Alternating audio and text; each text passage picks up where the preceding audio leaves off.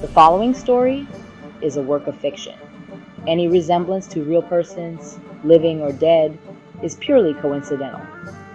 Gap 2's Canada. Vast, beautiful, haunted, stories echo through its history, tales whispered around campfires and in hushed tones, stories of the supernatural, of the unexplained. This is one of those stories. A story of a house, a family, and a presence that wanted them gone. This is the story of the Canadian creep. The air is thick with the promise of snow, the silence heavy with anticipation. It's in this silence that we find our story. A tale as old as time itself. The tale of a haunting. Canada, vast, beautiful, haunted. Stories echo through its history. Tales whispered around campfires and in hushed tones. Stories of the supernatural, of the unexplained. This is one of those stories. A story of a house, a family, and a presence that wanted them gone. This is the story of the Canadian creep. The air is thick with the promise of snow, the silence heavy with anticipation. It's in this silence that we find our story, a tale as old as time itself, the tale of a haunting. Winnipeg, the heart of Canada, where the wind howls down empty streets and the cold seeps into your bones. It's here, on a tree-lined avenue named Wellington Crescent, that the house stood, a Victorian mansion, once grand, now decaying. The windows, like vacant eyes, stared out onto the street. The house was a monument to forgotten memories, a silent sentinel guarding secrets best left undisturbed. It stood, dark and imposing, a shadow against the stark landscape, a testament to a tragic past and a harbinger of things to come. The Campbell family, oblivious to the whispers surrounding their new home, arrived on a crisp autumn day. John, the father, saw potential in the decaying grandeur. Mary, the mother, saw a home. Their daughter Lily felt it first, a cold shiver that ran down her spine as she stepped across the threshold. A sense of unease settled over her, a feeling that something wasn't right. The house felt alive, watching, waiting. The days grew shorter, the nights longer, and the house began to reveal itself. Whispers floated down the empty hallways. The sounds of footsteps echoed from the attic above. Doors creaked open, seemingly on their own. Objects moved. Lily's dreams were plagued by shadows. Her sleep filled with unsettling whispers of a presence unseen. Fear, palpable and growing, began to weave itself into the fabric of their lives. Section 5. The temperature drops. Then the temperature dropped. A chill settled over the house, an unnatural cold that even the fireplace couldn't pierce. Lily could see her breath even inside. Mary claimed to see a figure lurking in the shadows, a fleeting glimpse of something tall and gaunt. John, ever the pragmatist, dismissed it all as drafts and overactive imaginations. But he couldn't ignore the icy hand that seemed to grip his own as he slept, the feeling of being watched, of being studied. The events escalated. Pictures flew off walls, furniture overturned. The house felt alive with a malevolent energy, its presence growing stronger with each passing day. One night, Lily woke to the sound of her name being whispered. It wasn't a gentle whisper, but a guttural, raspy voice filled with malice and something else, something ancient, something evil. The Canadian creep was no longer content to simply haunt the house. It was toying with them, driving them slowly to the brink. Driven by fear and a desperate need for answers, Lily convinced her parents to explore the attic. The family had always felt an eerie presence in the house, but they had never dared to venture into the attic. It was a place shrouded in mystery and darkness, a place they had avoided for years. But now, with strange occurrences happening more frequently, they felt they had no choice but to uncover the truth. Covered in dust and cobwebs, it held the remnants of the house's past. Old furniture, forgotten toys. The air was thick with the scent of decay and neglect. Every step they took stirred up clouds of dust, making it hard to breathe. The attic was a time capsule, preserving the memories of those who had lived there before. Each item they found told a story, a glimpse into the lives of the previous occupants. And a dusty trunk, tucked away in the corner. It was old and worn, its leather straps barely holding it together. The trunk seemed to call out to them, begging to be opened. With trembling hands, they unlatched it, revealing its contents. Inside, they found a leather-bound diary, its pages filled with a frantic scrawl. The handwriting was messy, as if written in a hurry or under great distress. The diary was a window into the past, a record of the thoughts and fears of its owner. The diary belonged to a young woman who once lived in the house. Her name was Emily, and she had documented her life in the pages of the diary. The entry started off normal, detailing her daily routines and thoughts, but as they read on, the entries became more and more disturbing. The last entry sent a chill down their spines. It was filled with fear and desperation, a stark contrast to the earlier entries. Emily wrote about strange noises in the night, shadows that moved on their own, and a feeling of being watched. "He's here," she wrote, "the entity."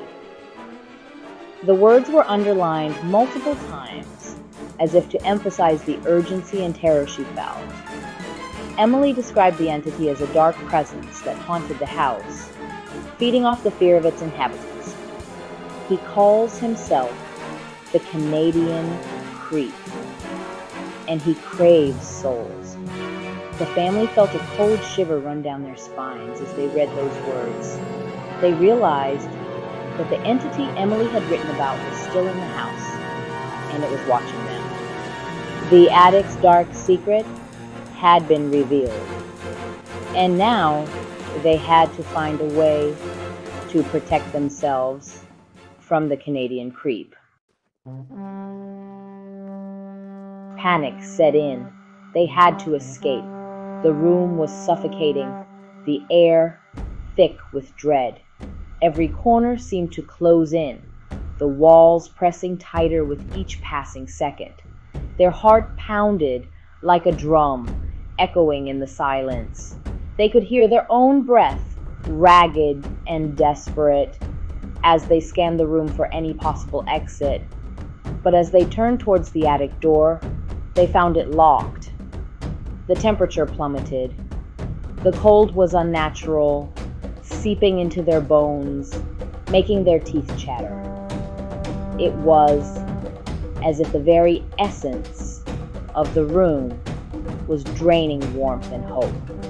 They pounded on the door, their fists growing numb, but it was futile. The door remained steadfast, a silent guardian of their prison. The shadows in the room seemed to writhe and twist, taking on grotesque shapes. Each shadow seemed alive, moving with a sinister purpose. They danced on the walls, creating a macabre ballet of fear. The shapes were unrecognizable, yet they felt disturbingly familiar, as if they were reflections of their deepest fears and darkest nightmares. He stood there, a specter woven from shadow and fear, the Canadian creep. His presence was overwhelming, a dark force that seemed to suck the light from the room. He was more than just a figure. He was a manifestation of terror, a being born from the darkest corners of the mind. His form was indistinct, constantly shifting, as if he was made of the very shadows that surrounded him. His eyes, two burning embers in the darkness, fixed on Lily. They were not just eyes. They were portals to a world of pain and suffering. The intensity of his gaze was paralyzing, rooting her to the spot.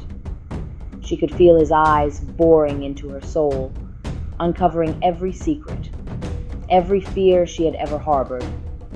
He smiled, a chilling, predatory grin that sent shivers down her spine. It was a smile devoid of warmth, a cruel twist of the lips that promised nothing but pain. The smile grew wider, more menacing, as if he was savoring her fear. It was a smile that spoke of unspeakable horrors, of a fate worse than death. "You," he rasped, his voice a low growl that seemed to emanate from the very walls of the house. "You will stay." The words hung in the air, heavy and oppressive. They were not just a command, they were a sentence to a life of torment and despair.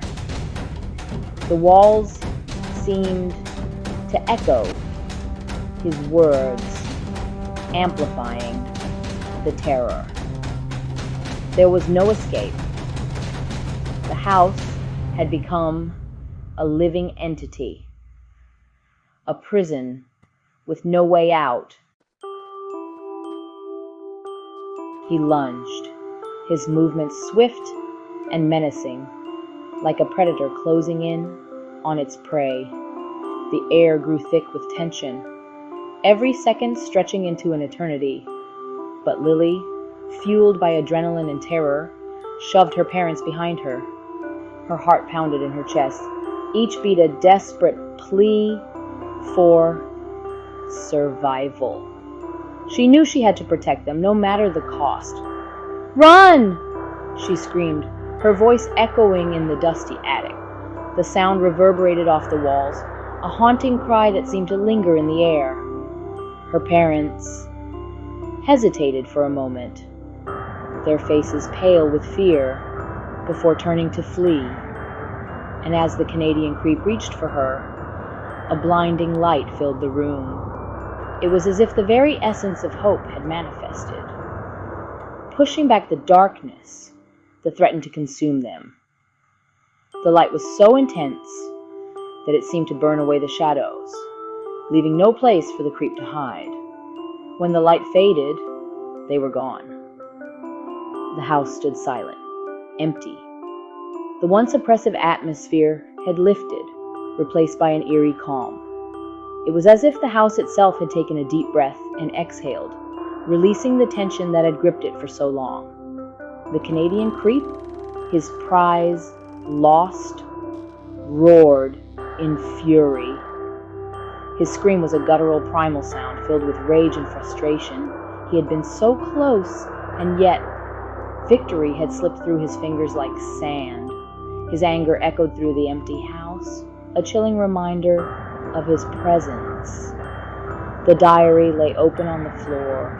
The final page turned to reveal one last chilling sentence, scrawled in a shaky hand. "He's not after the parents." The words seemed to pulse with a life of their own, a sinister warning that sent shivers down the spine. "He wants the child. He wants a legacy." The realization was like a punch to the gut. The creep's true intentions were far more sinister than they had imagined. He wasn't just a monster. He was a predator with a purpose, a dark ambition that drove him to seek out the innocent. The house on Wellington Crescent still stands. Its exterior, weathered by time, holds the secrets of that fateful night. Neighbors whisper about the strange occurrences, the unexplained noises that seem to emanate from within its walls. A silent sentinel guarding its dark secret. The house looms over the street, its windows like empty eyes, watching has become a symbol of fear, a place where the past and present collide in a haunting dance. Some say if you listen closely, on a cold winter's night, you can still hear Lily's scream echoing through the empty halls. The sound is faint, almost like a whisper, but it's there, a chilling reminder of the terror that once gripped the house. A chilling reminder of the Canadian creep and his insatiable hunger. The legend of the Canadian creep has become a ghost story, a tale told to children to keep them in line. But for those who know the truth, it's a stark reminder of the darkness that can lurk in the most unexpected places. If you enjoyed this haunting tale, don't forget to like, share, and subscribe for more spine-chilling stories.